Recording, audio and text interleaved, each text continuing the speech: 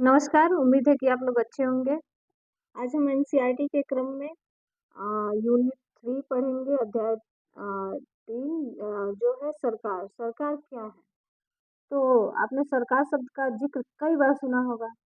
अब इस पाठ में उसी को हम लोग पढ़ेंगे। यहाँ पे कुछ एनसीईआरटी के कोटेशन दिए गए हैं, जो आप एक बार देखिए। सरकार से कामगारों के अधिकारों की रक्षा की माँग, बाढ़ पीड़ितों के लिए सरकार की ओर से राहत सामग्री, प्याज के दर में उछाल और सरकार ने प्याज के दाम तय किए। सर्वोच्च न्यायालय के लिए 5 और न्यायाधीश, सरकार, कोयला और बिजली विभागों के पुनर्गठन के पक्षधर में सरकार, और सरकार ने 15,000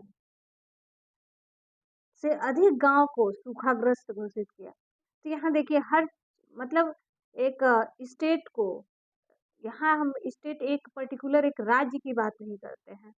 ये स्टेट का मतलब होता है कि पूरे कंट्री की बात। ये यहाँ पे पॉलिटिकल साइंस में, सिविक्स में ये चीज़ है कि सरकार का मतलब एक राज्य नहीं, पूरी गवर्नमेंट की बात होती है।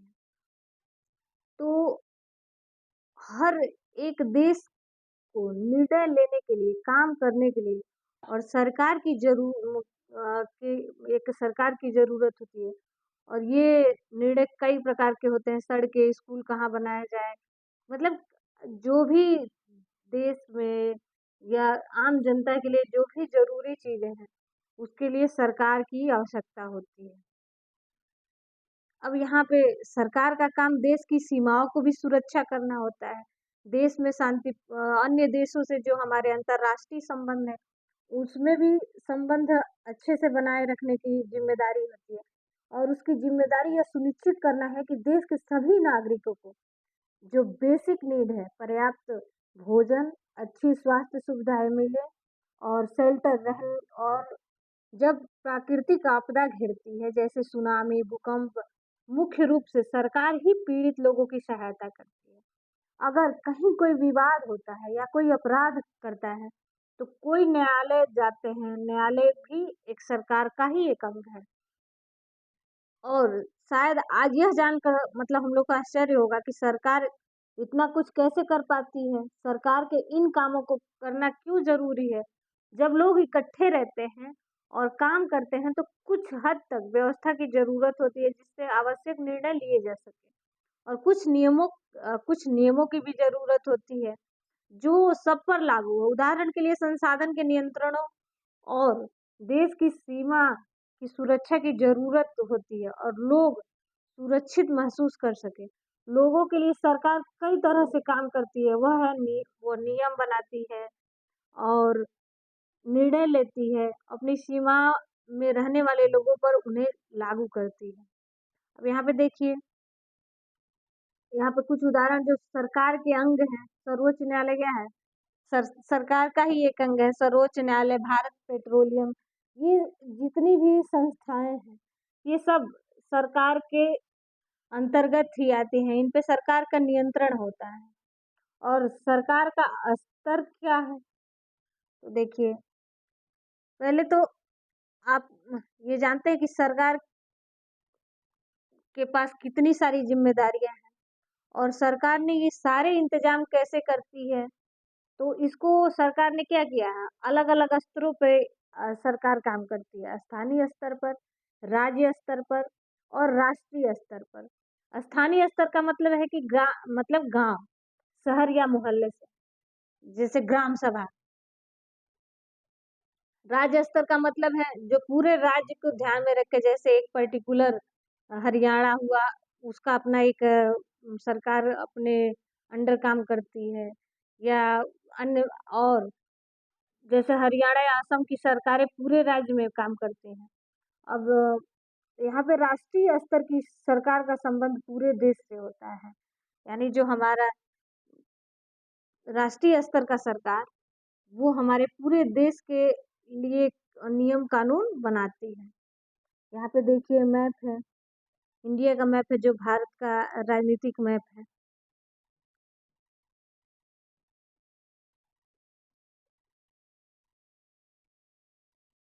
यहाँ पे देखिए एक नोट एक दिया गया है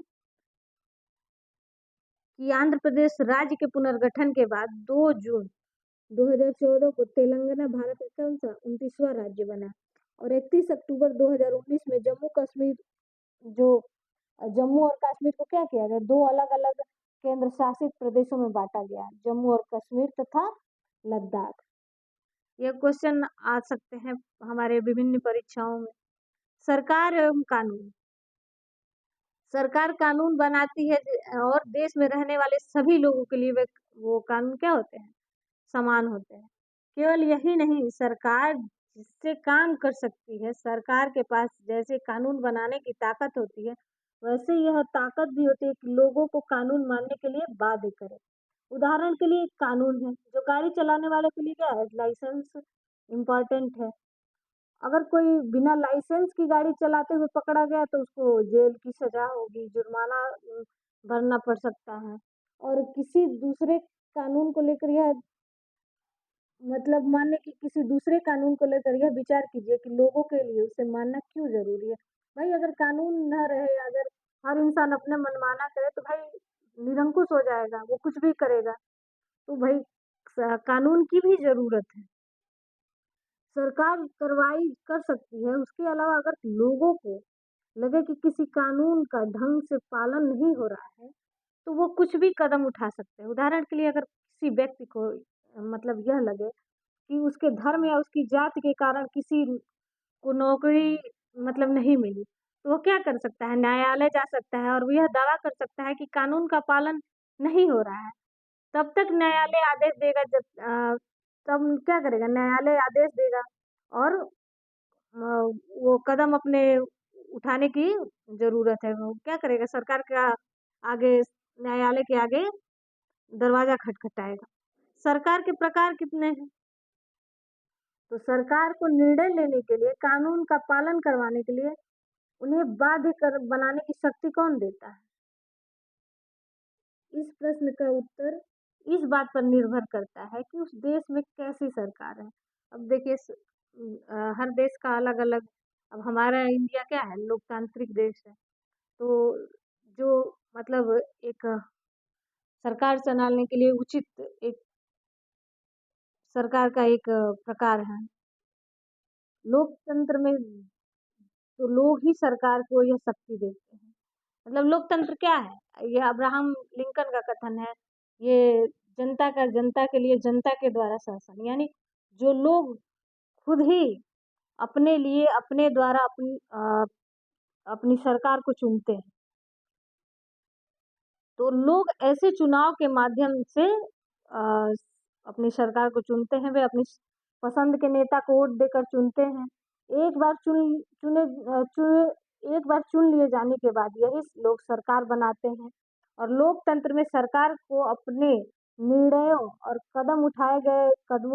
जो कदम जो उठाए हैं, उनके आधार पर अपनी सफाई देनी होती है। एक दूसरी तरफ सरकार जो होती है राजतंत्रीय, मतलब उसमें वंशानुगत जो पहले का वो है, इसमें राजा-रानी के पास निर्णय लेने के लिए सरकार चलाने की शक्ति होती है। राजा के पास सलाहकार का एक छोटा-सा समूह होता है, जिससे वो क्या करता है, विभिन्न मुद्दों पर चर्चा करता है।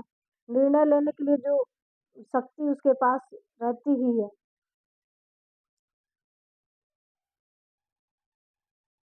अब लोकतंत्र में के समान राजतंत्र में राजा या रानी को अपने निर्णय के आधार पर नहीं बताने पड़ते हैं। ये देखिए लोकतंत्र की एक विशेषता क्या है कि आप सरकार से प्रश्न पूछ सकते हैं, आपकी जो समस्याएँ हैं, आपने जो जे एक स्थानीय सरकार जो है वो ऊपर राज्य स्तर पे बताएगी, राज्य स्तर क्या करेगा, राष्ट्रीय स्तर पे बताएगा। जबकि राजतंत्र में क्या है? राजतंत्र में ऐसा कुछ नहीं करना पड़ता है। वो अपने मतलब विवेक के आधार पर एक निरंकुश शासन की व्यवस्था है राजतंत्र। अब यहाँ पे देखिए जो लोकतंत्र में लोगों की भागीदारी उन निर्णयों को लेने के लिए महत्वपूर्ण है, तो उनको प्रभावित करते हैं। क्या आप इससे सहमत हैं? ये कुछ कोटेशन है। आपके यहाँ जिस प्रकार के शासन व्यवस्था है, उसके स्थान पर आप कैसी शासन व्यवस्था चाहेंगे? मतलब अपना विचार करिए कि आपको कैसी शासन व्यवस्था चाहिए। और यहाँ पे राजतंत्र में देश के नागरिकों को अपने पसंद का नेता चुनने की छूट होती है। नहीं, राजतंत्र में भई वो अपने वंशानुगत ही चलेगा। लोकतंत्र में एक राजा के पास देश का शासन करने का संपूर्ण ताकत होता है और राजतंत्र में राजा या रानी द्वारा दिए गए निर्णयों पर लोग प्रश्न उठा सकते हैं। नहीं, वो ले सकता है भाई निर्णय। लोकतंत्र में मूलभूत विचार यह है कि लोग नियमों को बनाने में भागीदार बनकर खुद ही शासन करें। आज के समय में लोकतांत्रिक सरकार को प्रायः या प्रतिनिधि लोकतंत्र कहते हैं। प्रतिनिधि लोकतंत्र में सीधे लोग क्या करते हैं? सीधे लोग क्या करते हैं? मतदान देते हैं। जो जो मतदान के समय क्या मतदान देंगे और जो उनका प्रत्याशी होगा उसको चुनेंगे। अगर उसने अपने वादे अनुसार काम नहीं किया तो लोकतंत्र में आप उससे प्रश्न पूछ सकते हैं। और आजकल कोई भी सरकार अपने आप को लोकतांत्रिक कह सकती है। जब तक नहीं कर सकती है जब तक देश के सभी वयस्क नागरिक को वोट देने का अधिकार ना हो। मतलब जो 18 वर्ष हमारे देश में क्या है 18 वर्ष के सभी लोगों को क्या है वोट देने का अधिकार है और वो अपने पसंद के अनुरूप अपने लिए अपना प्रत्याशी चुन सकते हैं। मतदान के समय क्या होता है उंगलियों पर स्याही का निशान लगाया जाता है ताकि यह केवल एक वोट दे और ग्रामीण मतदान का एक चित्र है आप देख सकते हैं यहाँ एक वयस्क को एक लगाया जा रहा है स्याही और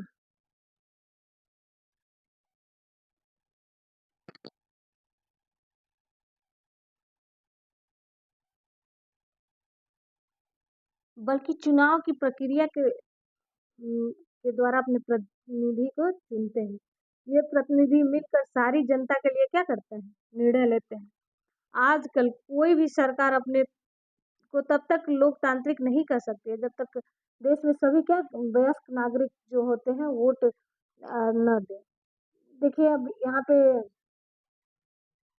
अ, भारत में वोट देने का अधिकार कब से वो चालू हुआ जब 1919 में चेम्सफोर्ड सुधार के नियम के तहत वो महिलाओं को वोट देने का अधिकार मिला था और सबसे पहले वोट किस देश की महिलाओं को मिला था तो 1902 में ऑस्ट्रेलिया को 1920 में अमेरिका की महिलाओं को और 1928 में इंग्लैंड की महिलाओं को और भारत में चेम्सफोर्ड जो सुधार नियम आया उसके तहत महिलाओं को वोट देने की बात की गई लेकिन हमेशा ऐसा नहीं था।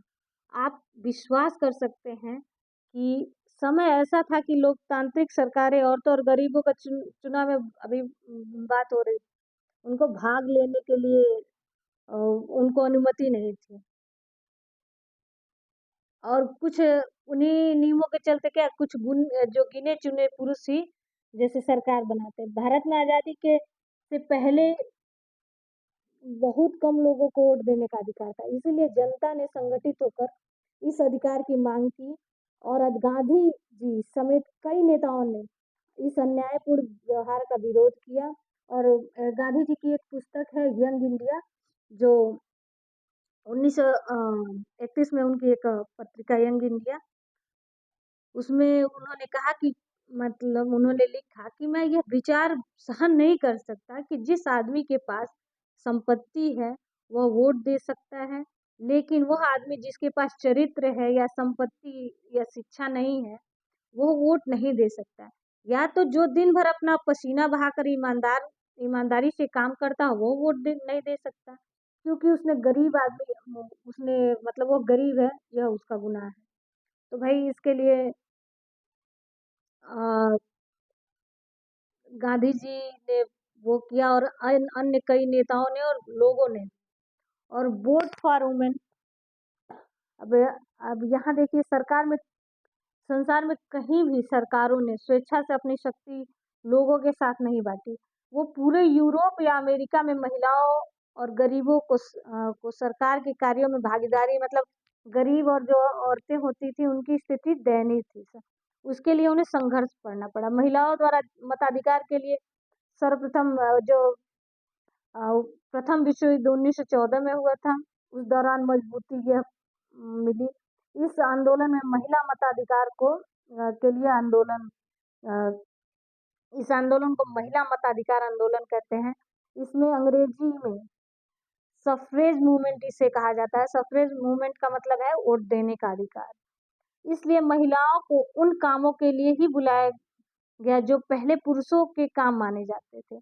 तब महिलाओं ने विभिन्न प्रकार के काम की और उन्हें व्यवस्था शुरू किया कि लोगों को यह देखकर बड़ा आश्चर्य हुआ कि उन्होंने महिलाओं और उनकी क्षमताओं के बारे में क्यों नहीं मतलब क्यों गलत रूढ़िवादी धारणा बनाई थी, जो महिलाओं के काम कि ये महिलाएँ काम नहीं कर सकती हैं, ये पुरुष कर सकता है। इस तरह महिलाओं को निर्णय लेने के जैसे सामान्य रूप से योग्य माना जाने लगा और महिला मताधिकार आंदोलन की साथियों ने सभी महिलाओं के लिए वोट देने की मांग की और उनकी आवाज़ सुनी जाए। इसलिए उन्होंने जगह-जगह अपने आप को लोहे की जंजीरों में बाँध कर प्रदर्शन किया। ये एक ऐसा मतलब आंदोलन हुआ था। उसमें कई क्रांतिकारी महिलाएँ जो थी वो जेल गईं, वो भूख हड़ताल पे बैठीं और अमेरिका की औरतों को वोट देने का मतलब पहला वोट देने का अधिकार 1900 सॉरी अभी मैंने गलत बोल दिया था 1902 जबकि 1920 में ये मिला और इंग्लैंड की महिलाओं को 1928 में। अब यहाँ पे कुछ प्रश्न हैं, जो अभ्यास के प्रश्न हैं, आप इसको देख सकते हैं और जो महत्वपूर्ण बातें हैं इस चैप्टर की तो एक तो वोट देने का अधिकार महिलाओं के लिए और गांधी जी की यंग इंडिया और सरकार क्या है। आप अपने विचार कमेंट बॉक्स में लिखिए और और जो भी कोई बात हो आप कमेंट बॉक्स में पूछ सकते हैं। उम्मीद है ये प्रयास मेरा आपको अच्छा लगा होगा। धन्यवाद।